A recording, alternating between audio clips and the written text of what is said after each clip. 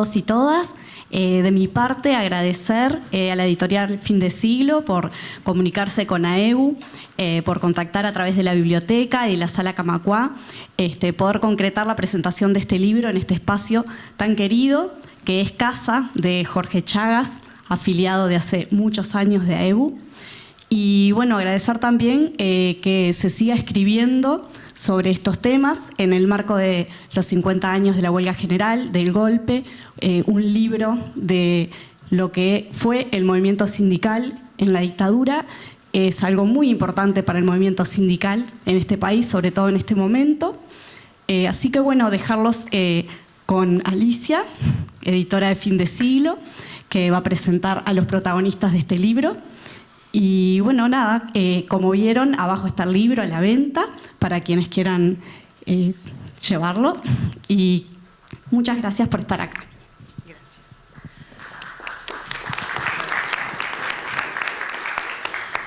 Buenas tardes, gracias a todos por estar aquí.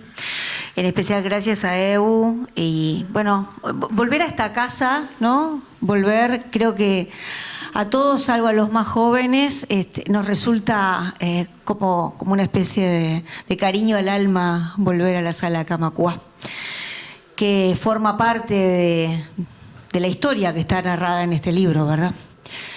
Para Editorial Fin de Siglo forma parte de su propia trayectoria los aportes a la construcción de la historia.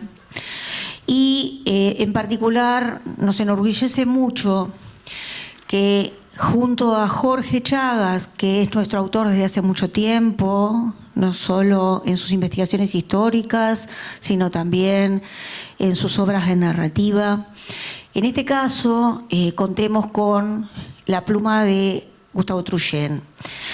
Nosotros lo conocemos, por supuesto, hemos leído muchos de sus libros, pero nos enorgullece mucho más que lleve el sello de Fin de Siglo.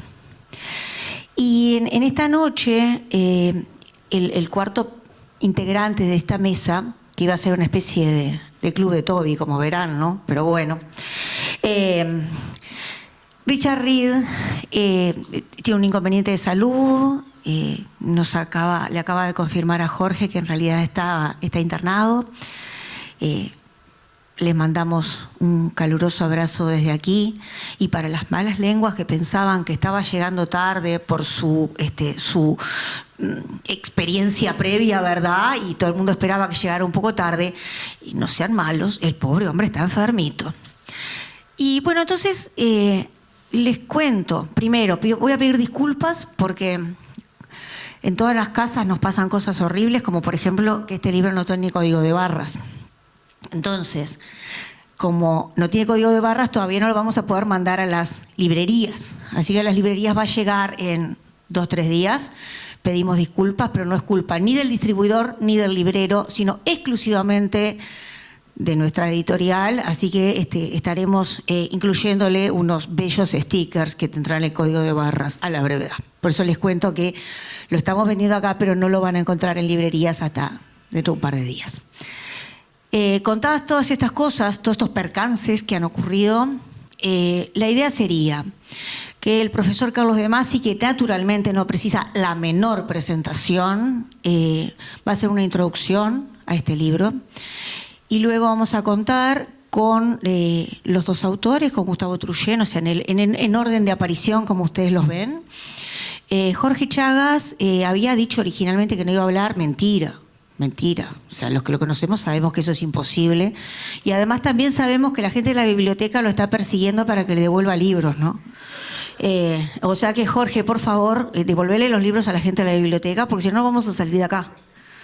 Bueno, así que nada, vamos a ver qué tenemos en la noche de hoy.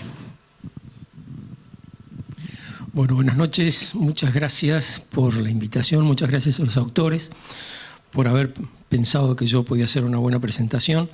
Un gusto estar en este local, además tan emblemático, que Jorge contribuyó a construir, y miles de afiliados de AEU más en su construcción y mantenimiento, como acabamos de ver ahora, de enterarnos, y que además en tiempos de la dictadura fue un refugio tan emblemático en su doble función, digamos, en su doble faceta, porque por un lado era el espacio donde se realizaban algunas reuniones informales y por otro lado era una de las salas de Cinemateca donde generalmente uno podía venir a mirar algunas películas y bueno, sacarse las ganas de ver y de encontrar gente. Me parece muy importante el trabajo que han hecho Jorge y Gustavo con este libro. Primero porque la historia sindical generalmente es una historia oculta, es decir, es una historia que no sale muy fácilmente a la luz. Está construido por muchos pequeños gestos, por muchos lugares muy específicos, por muchas tareas muy limitadas que parecen no conducir a mucha cosa, que parecen estar limitadas a un espacio específico, pero que sin embargo construyen un movimiento muy, muy importante y además tiene vocación de construir movimiento, es decir, no se aísla, no tiende a separarse, pero normalmente, digamos, no aparecen esas noticias en la prensa, salvo que se produzca alguna huelga importante, alguna movilización importante, y siempre cuando aparecen, sobre todo en alguna prensa, están muy en el límite entre las noticias sociales y las policiales, así en el límite de la ilegalidad. Entonces, es difícil recoger todas estas historias y poder armar, digamos, toda esta narrativa. Es importante armarla porque, digamos, vamos teniendo, mirando la historia en general, nos van quedando algunos emergentes, algunos como islotes de fenómenos que se nos muestran como aislados, pero que de repente es evidente que son el reflejo de una contracorriente profunda que está fuera de la vista. La huelga general, por ejemplo, siempre es la misma referencia, el mismo gesto importante. El frustrado intento de paro general de 1974, la movilización que llevó, digamos, al resurgimiento de ACEP, el intento de una central sindical auténticamente nacional y anticomunista y antiimperialista, y fenómeno rarísimo, del cual teníamos, digamos, algunas cuantas noticias, pero que, digamos, necesitaba incorporarse dentro de la narrativa general. Y también, digamos, lo que fue el surgimiento del PIT y las complejas vinculaciones y el complejo relacionamiento entre el PIT y la CNT, bueno, que llevaron, digamos, a una crisis fuerte en noviembre del 85, pero que ya queda fuera del espacio de este libro. Entonces, digamos, en este libro uno encuentra un relato, digamos, general, muy sincero, muy a lo profundo, muy a lo directo, pero también muy descarnado en cuanto a que, bueno, a ver si lo digo de otra manera, bicho porfiado el sindicalista, ¿no? Es decir, de qué manera, a pesar de cuando termina la huelga general, se empieza, digamos, a hacer cada vez más fuerte la represión sobre los gremios, cómo los dirigentes sindicales insisten, cómo los gremios mantienen la demanda, tratar de mantener, digamos, en la agenda las demandas de los gremios, a las que incorporan permanentemente, además, a partir de 1972, el reclamo de la libertad de los presos, de los dirigentes y de los militantes sindicales presos. Y entonces, eso, digamos, va llevando a una relación cada vez más conflictiva con el régimen militar todavía, digamos, instalándose, y que finalmente termina en una digamos, fortísima represión. Hay allí una etapa que, digamos, está muy bien descrita en el libro porque es casi invisible, es muy difícil reconstruir, muy difícil de armar, en la cual, digamos, la actividad sindical parece haber llegado a cero, es decir, allí entre los años 76 y 79, digamos, ahí se produce un frenazo profundo que luego, digamos, que es lo que tiene de interesante toda esta historia, recupera impulso, no termina de paralizarse.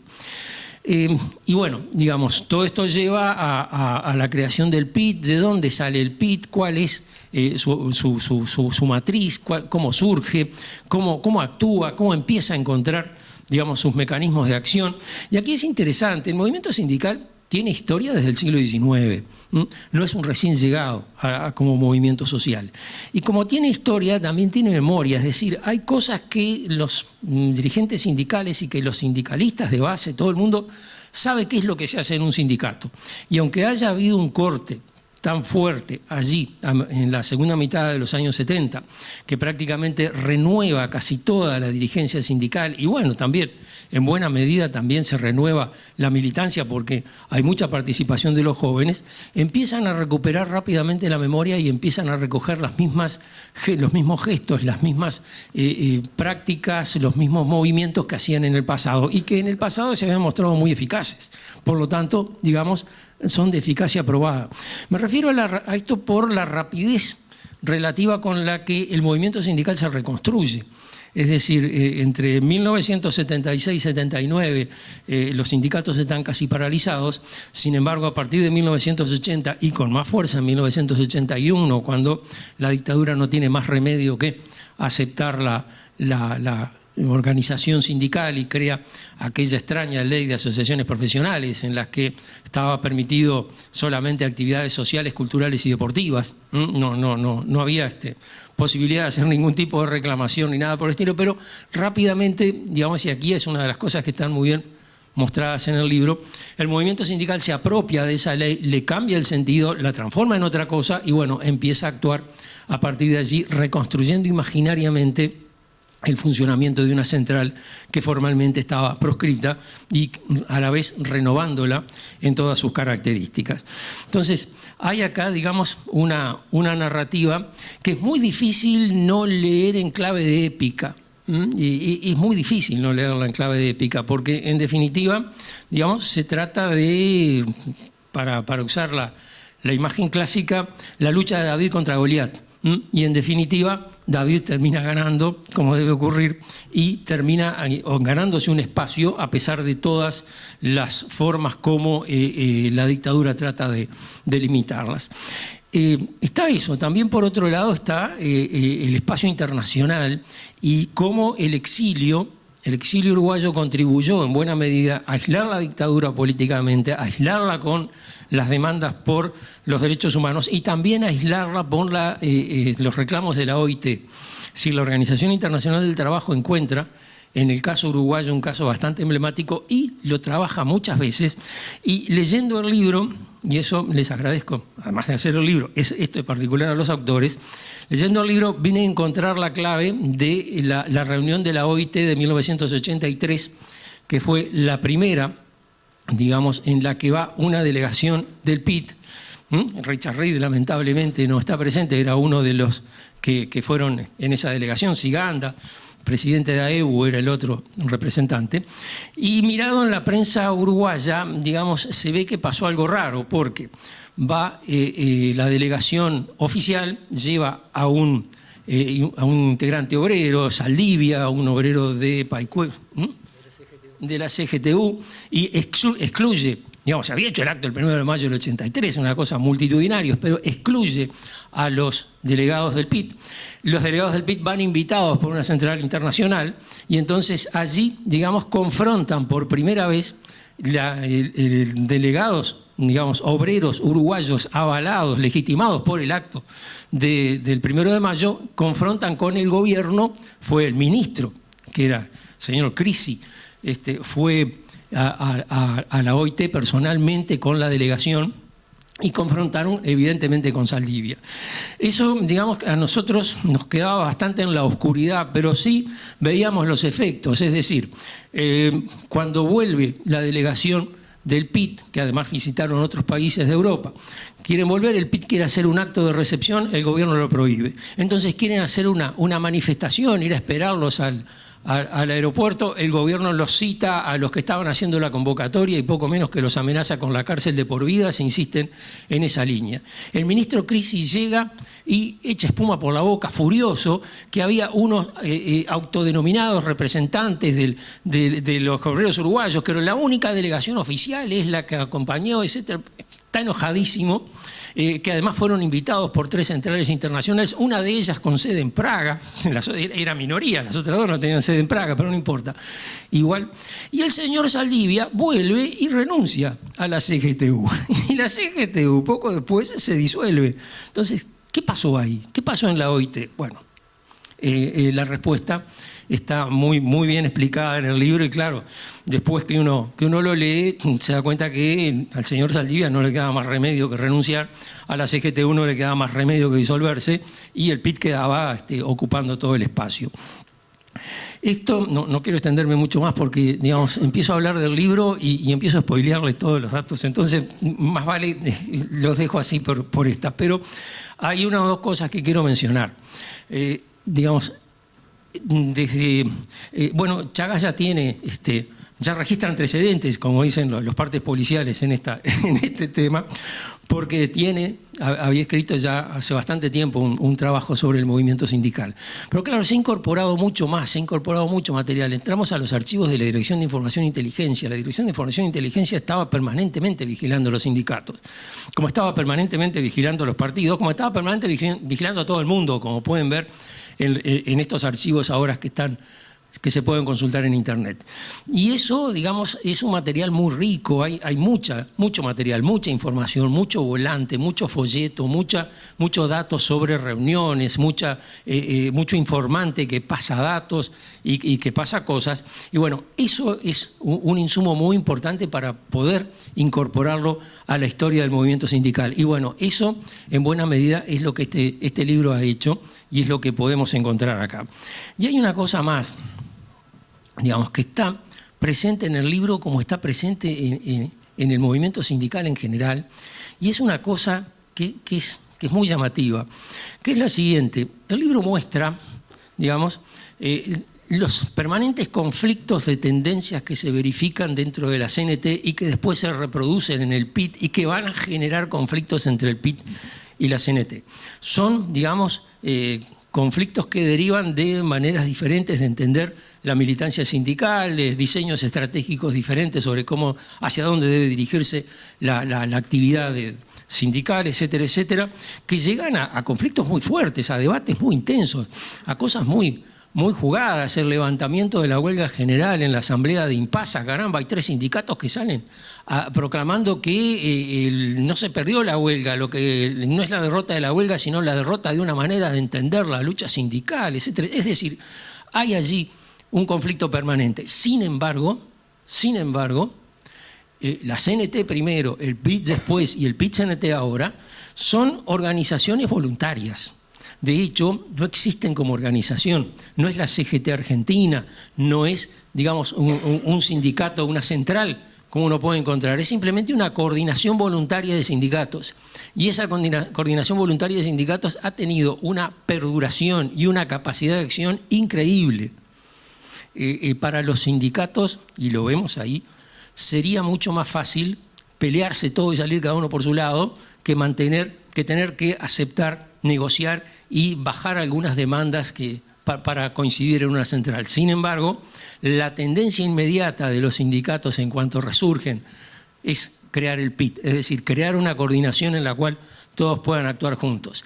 Y si en 1985, en noviembre, en aquella asamblea, aquel congreso tan conflictivo que estuvo al borde de la ruptura, no se llegó a la ruptura, es en último término por esa tendencia que en buena medida es voluntaria, digamos, no es un producto de la fuerza de las cosas, sino un determinado análisis de la realidad que lleva al movimiento sindical a reunirse antes que a dispersarse y a tratar de sumar fuerzas antes que dividirlas.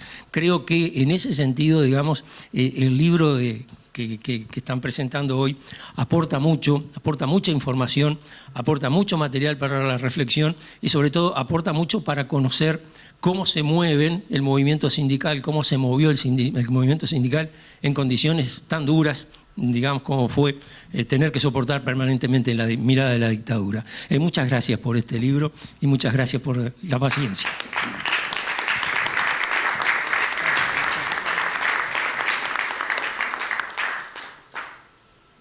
Bueno, buenas noches. Gracias a todos por acompañarnos. Gracias a Fin de Siglo, a Estefanía que no está, porque la verdad que tuvimos una comunicación bastante fluida. ¿No? Acá. Y gracias a Ebu por prestarnos la sala y, bueno, como decía Carlos, la historia que guarda esta sede, los recuerdos. Y agradecerle al profesor De Masi. Yo no me voy a referir al libro, simplemente voy a hacer referencia al papel y al oficio de historiar. Y ya que lo tengo al profesor acá, sus columnas del Espectador me las escuché todas. No, en este marco de los 50 años del golpe, todo lo que se hizo en estas últimas semanas me parece positivo, y lo que significa la reflexión para la comunidad, para la sociedad, lo positivo que es el mirar el pasado. Desde el acto que se hizo el 27 de junio en el Parlamento, todo lo que hicieron los movimientos sociales, todo lo que se hizo a nivel de los medios de comunicación, el protagonismo de historiadores que yo nunca había visto en fechas tan redondas como esta, jerarquizó mucho el protagonismo de historiar. Y en ese aspecto, ¿cómo se valorizó la cultura democrática, el proyecto democrático? Que nunca más un golpe de Estado. Siempre recuerdo, en el año 95, cuando estábamos haciendo el libro de Elía, una conversación que mantuvimos con Hugo Cores. Cores tenía varias condiciones: era dirigente sindical, político, profesor de historia, historiador. Y me acuerdo que en esa oportunidad él nos manifestó una preocupación, que fue la primera vez que yo, que era veinteañero, escuchaba esa reflexión. Él, si bien nos animaba a continuar, obviamente, con el proyecto del libro de Elía, él nos hablaba que estaba la preocupación de que la sociedad vivía un eterno presente. Y cómo había sectores sociales que desplazaban el pasado, y que eso era una amenaza para la construcción democrática. Bueno, en estos tiempos que, digo, ya de esa conversación con Cores pasaron tantos años, que vivimos con tanto vértigo, lo importante que es muchas veces levantar la mirada y mirar hacia atrás y recorrer ese pasado. Recorrer ese pasado para reflexionar, y bueno, y sobre todo para que nunca más terrorismo de Estado. Muchas gracias a todos, y bueno, espero que el libro les agrade, y seguiremos con la Junta acá.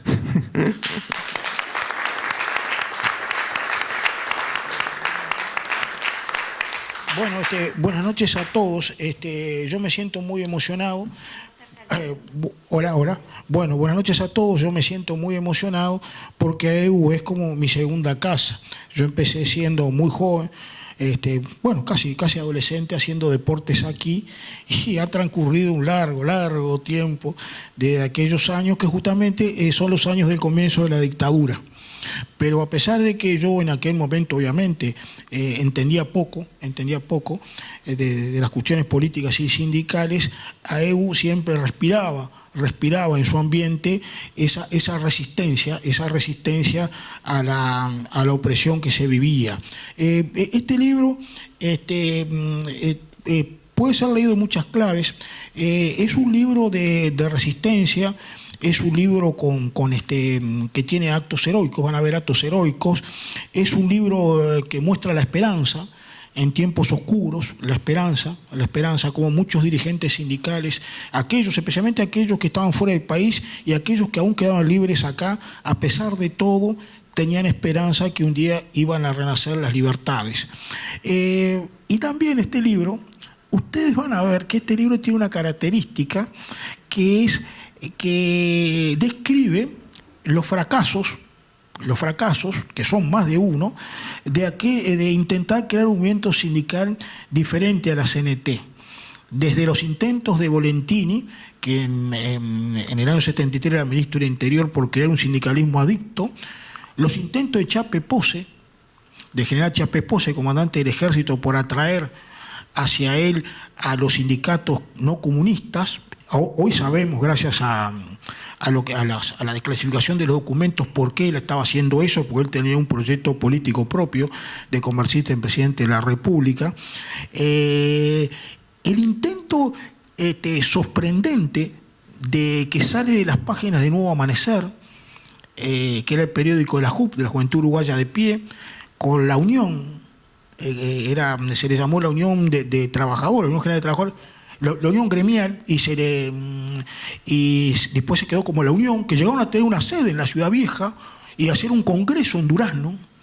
El fracaso de los sindicatos amarillos como la CUT y la CGTU, de Lino Cortizo, Borrazas, que incluso fueron, durante muchos años, fueron como delegados a la OIT, y por supuesto el sorprendente intento de crear una central nacionalista, anticomunista, que vino principalmente de la Marina.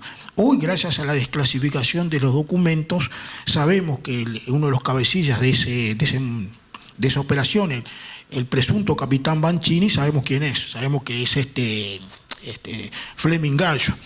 Y también hemos entendido al final por qué algunos sindicalistas que lo conocieron como capitán Banchini lo escribían físicamente de diferente manera, porque eran dos, el otro era Patrone.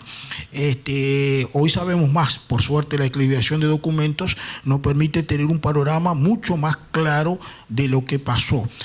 Por eso, lo importante de estos fracasos es que muestra la permanencia, a pesar de las peores condiciones del movimiento sindical clasista. O sea, que más allá de que no hubiera actividad sindical visible, más allá de la prisión, de los destierros, más allá de todo, quedó en la clase trabajadora, quedó una memoria colectiva, que es lo que permite después el resurgimiento.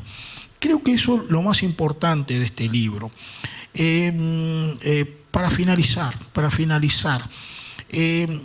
no puedo dejar de recordar ahora al Pepe de Lía, no puedo dejar de recordar una persona que yo aprecié mucho. Yo me animo a decir que llegamos a tener un grado importante de amistad como Eduardo Platero, recordar a Hugo Cores, recordar a Carlos Bouzas, entre otros, no quiero ser, porque me puedo estar olvidando de alguno, pero personas que yo conocí y que forman parte de aquella CNT,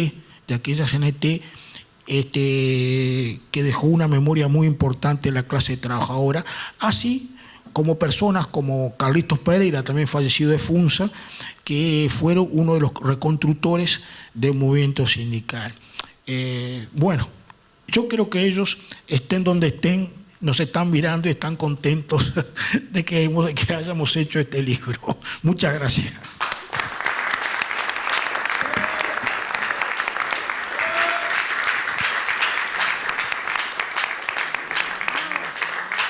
¿Me dejas agregarte un